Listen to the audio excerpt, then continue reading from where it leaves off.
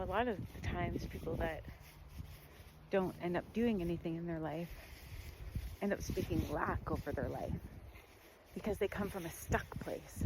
They're not in creativity mode. They're not trying to elevate, trying to grow, right? We're either growing or shrinking. And people that want to inflict doubt or try and pull you down, that's very immature, because a lot of the times those people can only see from their perspective, one perspective. But mature people can see from other people's perspectives, and they want to lift you up and they want to grow, and they want their life to be a work of art, because we're creators. When I look at my life, I'm like, wow, like, look at what I've achieved, look at what I've done, look at how I've grown, look at what I've learned. And I want to be proud of the person that I became, and the things that I've learned,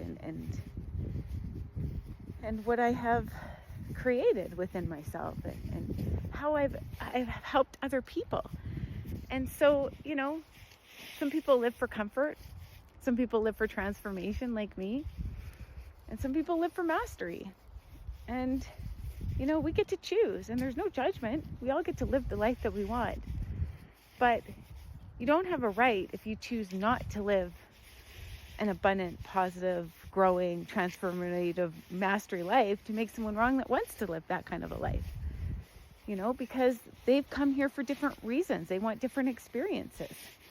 And so I think that's the problem, is we get in other people's business and we have no right, projecting our fears or insecurities about other people and trying to pull them down because we feel a certain kind of way because we didn't do a certain thing with our lives. I don't judge people. I let people do whatever they want. But if you want to be in my space, you have to be on my frequency, on my journey, in alignment with me. And that's fair. And I think that's the problem, is we have to stop interfering in other people's lives when we have no business.